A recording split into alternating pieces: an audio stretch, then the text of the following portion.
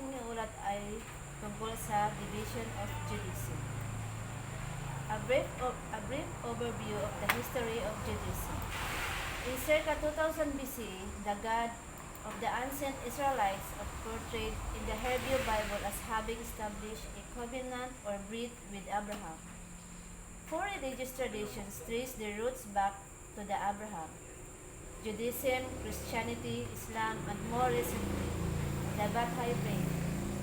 The book of Genesis describes the events surrounding the lives of the three patriarchs, Abraham, Isaac, and Jacob, who, along with other characters of Jewish lore, may not be connected to any historical reality.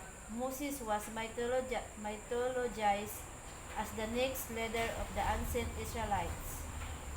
The Bible depicts him leading his people out of captivity on Egypt and receiving from the one who through God and revelation at Mount Sinai of the five books of Torah. The Law. The story continues with the 4 decades of wandering throughout the wilderness, and the Joshua then the leading of tribes into the fertile, promised land of the covenant, where the Hebrew were to become a populous nation. According to the biblical narrative, the original multi-tribal alliance was converted into a kingdom somewhere, with its first king being Saul, followed by David, who established Jerusalem to the religious and political center. While the scholar continued to debate evidence for all these characters, after the third king, Solomon was said to have died in 922 BC. The division into the northern Mindanao of Israel and the southern kingdom of Judah occurred. Israel fell to Assyria in 722 BCE. Judah fell to the Babylonia in 587 BCE. Alexander the Great invaded the area in 332 BCE. From circa 300 to 63 BCE, Greek became the language of commerce, and Greek Hellenistic culture had a major influence of Judaism. And in 63 BCE, the Roman Empire took control of Palestine. Several major religious sects were formed by the 1st century CE, including Essenes, Pharisees, and Sadducees. Many anticipated the arrival of Messiah, who would drive out the Roman invaders and restore independence. Christianity was established initially, and the Jewish sect centered in Jerusalem when Paul broke to the Judaic tradition by spreading the religion to the Gentiles. Jews were not scattered throughout the world in what is known as a diaspora. Their religion was no longer centered in Jerusalem, and Jews were prohibited from setting foot there. The local synagogue became the center of Jewish life as authorities shifted from the centralized priesthood to the local scholars and teachers, giving rise to rabbinic Judaism. This period gave rise to heavy persecution of the Jews throughout Europe and Russia. Many false stories were spread, accusing Jews of ritual murder. The description of the Catholic host and the responsibility of execution of Jesus. Unsubstantiated humor continued to be circulated for centuries. As we know, in the 1930s and 1940s, Hitler and German Nazi Party drew on 2nd century of anti-Semitism and their own rough belief in racial purity. The result, as we know, was the Holocaust. The goal of Zionist movement was the creation in 1948 of a homeland, the State of Israel. There are currently about 18 million Jews throughout the world. They are mainly concentrated in North America, about 7 million, and Israel, about 6.5 million. Principles of Judaism. Attempting to summarize the principles of Judaism is like trying to fit a hat of different heads because the forms are widely differentiated. Below is a brief overview of the principles in the various branches of Judaism: Orthodox, Conservative, Reform, Constructionist, Renewal, and Humanistic, from the most traditional and familiar to the most recent and innovative. There are three divisions of Judaism. First, Orthodox Judaism. Second, Conservative Judaism. And the third, Reformed Judaism. Orthodox Judaism is made up the subgroup including the modern Orthodox, who have largely integrated into modern society while maintaining observance of halakha Jewish law. The ultra-Orthodox and the Yeshivish Orthodox, who are neither Hasidic nor modern. The Orthodox movement are similar in belief in that they all believe that God gave Moses to the whole Torah at Mount Sinai. The whole Torah includes both the written Torah, first 5 books of Bible, and the oral Torah tradition interpreting and explaining the written Torah. They believe that the Torah has come down to us intact and unchanged, and that it contains 613 commandments binding upon Jews but not upon non-Jews.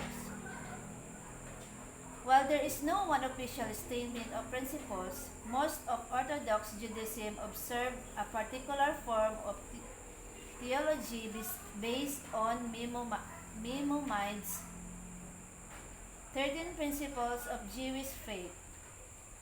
Maimonides 1135 to 1204 CE presented these principles as the fundamental truth of our religions and its very foundation.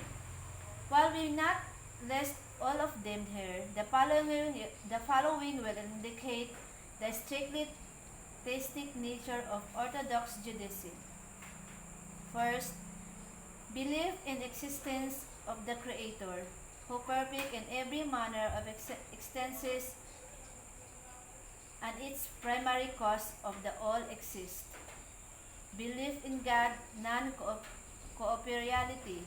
Belief that God communicates with man through prophecy. Belief in the divine origin of the Torah. Belief in the immutability of the Torah. Belief God's many signs and provinces. Belief in divine reward and retribution. Second, the Conservative Judaism is presented by the Leadership Council of Conservative Judaism official statement of belief in 1988, which firm belief in God and its divine inspiration of the Torah. However, it also affirmed an legitimacy of multiple interpretation of this matter. The Council presented the following several main beliefs shared by representatives from different parts of conservative movement. First, affirmation of a faith in God as a creator and governor of the universe, or authority of the halakha, Jewish law, and pluralism which has characterized Jewish life and through the centuries. Centrality of ethics in the life of Jews. Regards for Israel as the Holy Land. Jewish law and the tradition that enrich Jewish life and that helps mold the world closer to the prophetic visions of the kingdom of God. Other aspects of conservative Judaism include that Jewish law is not static but a developed of response to a changing condition. Jewish law is both still valid and indispensable, indispensable, indispensable, indispensable. Although conservative Judaism holds to a more open or flexible view than the Orthodox view of how law has and should have developed. Conservative Judaism generally accepts the binding nature of Jewish law but believes that the law should adapt, observing aspects of the predominant culture while remaining true to Judaism values. Reform Judaism. Most recently, official platform was developed by the Central Conference of American Rabbis in 1999. In the Statement of Principles for Reform Judaism, one of the central principles is the autonomy of the individual who had the right to dictate whether to subscribe to a particular belief or practice, even belief in God, which only a small majority of Reformed Jews accept. The statement includes sections on God, Torah, and Israel. The following are two examples from each section. First, we affirm the reality and oneness of God, even as we may be different in our understanding of divine presence. We encountered God's presence in moments of awe and wonder, in act of justice and compassion, in loving relationship, and in experience of everyday life. We bring Torah into the world. We strive to fulfill the highest ethical mandates in our relationship with others and with all of God's creation. We seek dialogue and joint action with people of others' faith in the hope that together we can bring peace, freedom, and justice to our world. We embrace religious and culture pluralism as expression of the vitality of Jewish communal life in Israel and the diaspora. We pledge to fulfill Reform Judaism, restoring commitment to the complete equality of women and men Jewish. There are the four major of divisions. A new Pew Research Center survey that nearly all Israelites Jews self-identify with no one or four subgroups. First, Haredi, second, Dati, third, Masorti, and Heloni. Haredi is ultra-Orthodox. Definition of ultra-Orthodox: characterized by strict adherence of Orthodox belief or practice, taken an ultra-Orthodox approach, ultra-Orthodox views, usually written as ultra-Orthodox when referring to Orthodox Judaism and ultra-Orthodox women. Dati is a religious. Literally meaning religious. Dati is sometimes translated as modern Orthodox. The survey found that most Datim are traditionally observant, keeping kosher and observing the Sabbath, for example. Masorti means traditional. Masorti, the self-affiliation of traditional, not strictly observant Jews in Israel, who mostly identify with Orthodox Judaism, conservative Judaism, often named Masorti, outside North America. Heloni. Heloni is a social category in Israel, designated the least religious segment among the Jewish public.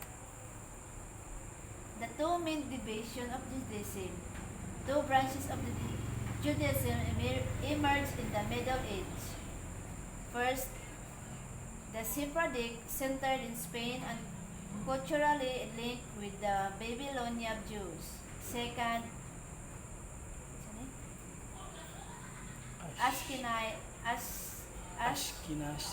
Ashkenazic centered in France and Germany and linked with the Jewish culture and Palestine and Rome. Here are the differences of Orthodox and Reform Judaism. The main differences between an Orthodox synagogue of a Reformed synagogue is that men and women are allowed to sit together in the Reformed synagogue, whereas they must sit apart in Orthodox synagogue. Reformed Jew is allowed the ordination of women, which is a practice that is not permitted by Orthodox Jews. The differences between the Orthodox and Conservative Judaism is Conservative Judaism emerged in the United States in the late 19th century as a result of dissatisfaction which many Jews felt concerning Reform and Orthodox Judaism. Conservative Judaism holds that while the Torah may have been divinely inspired, it was not literally given by God. Constructionist Judaism, as a naturalist theology as developed by Rabbi Mordecai Kaplan in the late 1920s. The theology combines a theistic belief that the religious terminology and the other construct religiously satisfactory philosophy of those who had lost faith in traditional religion.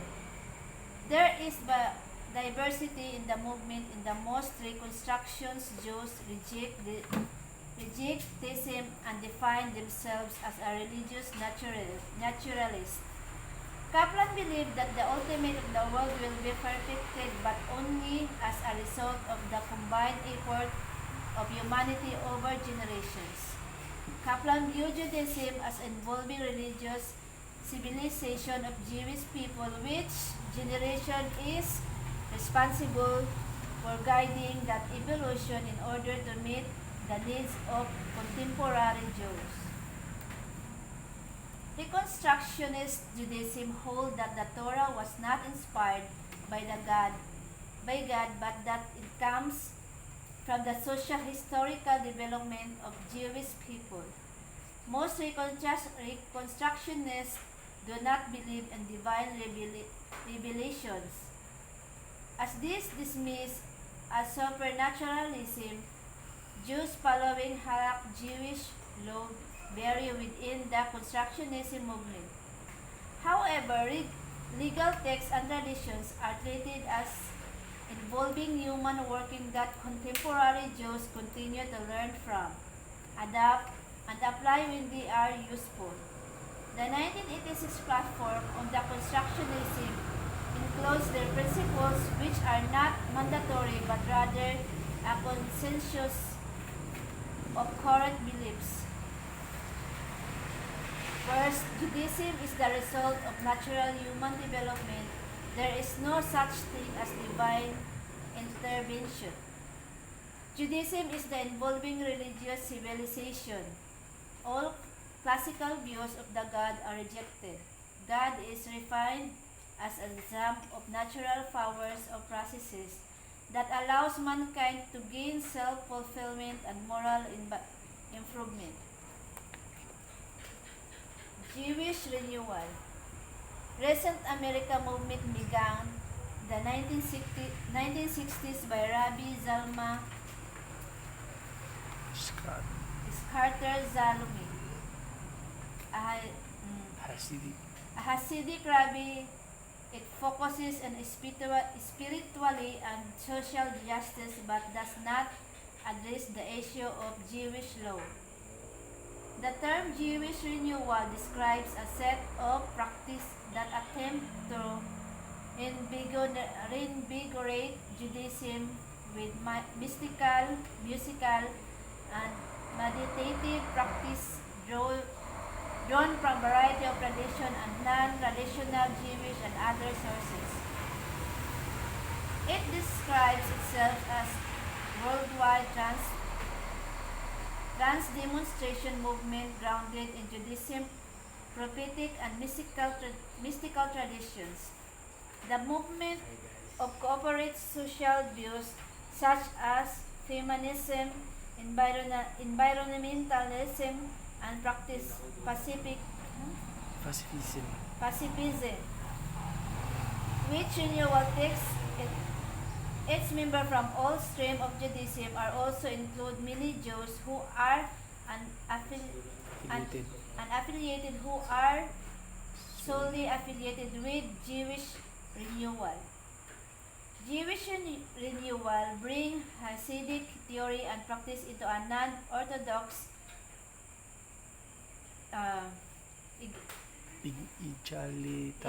egalitarian framework like Hasidic Jews, renewal Jews open and to traditional worship, contemplative and static practice such as meditation, chant and dance.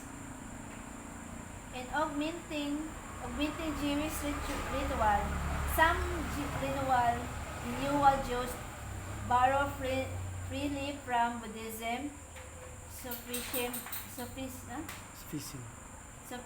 and other faiths. Humanistic Judaism, founded in 1963 in Detroit, Michigan by Rabbi Sherwin Wine, offer as non-theistic alternative in contemporary Jewish life. Humanistic Jews believe in creating a meaningful Jewish life free from supernatural authority and in reviving the secular roots of Judaism. It should be noted, however, that the secular Judaism is a relatively new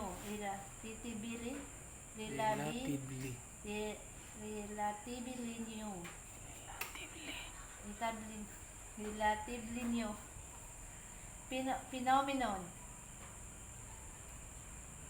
Humanistic Judaism embraces a human-centered philosophy that combines the celebration of Jewish culture and identity with adherence to humanistic values. Humanistic Judaism includes the following principles.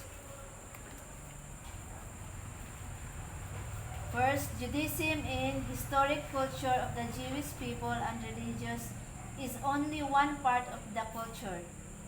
People possess the power of responsibility to shape their own lives independent of supernatural authority. Ethics and morality should serve human needs and choose should be based on consideration of the consequences of action rather than on free ordained rules of commandments. Biblical and the other tradition texts are the product of human activity and the best understood through archaeology and the other scientific analysis. The freedom and dignity of the Jewish people must go hand in hand with the freedom and dignity of every human being. The Society of Humanistic Judaism, the congressional arm of the humanistic Jewish movement in North America, offered the opportunity to the celebration of cultural Judaism and the way for those who identify themselves or secular or humanistic to celebrate their Jewish identity. Two related umbrella groups in the United States are Congress of Secular Jewish Organization and Workmen Circle. Similar groups are found in Israel, Latin America, Europe, South America, and Australia. Then that's all my report. Thank you for listening, and that's the end of my report.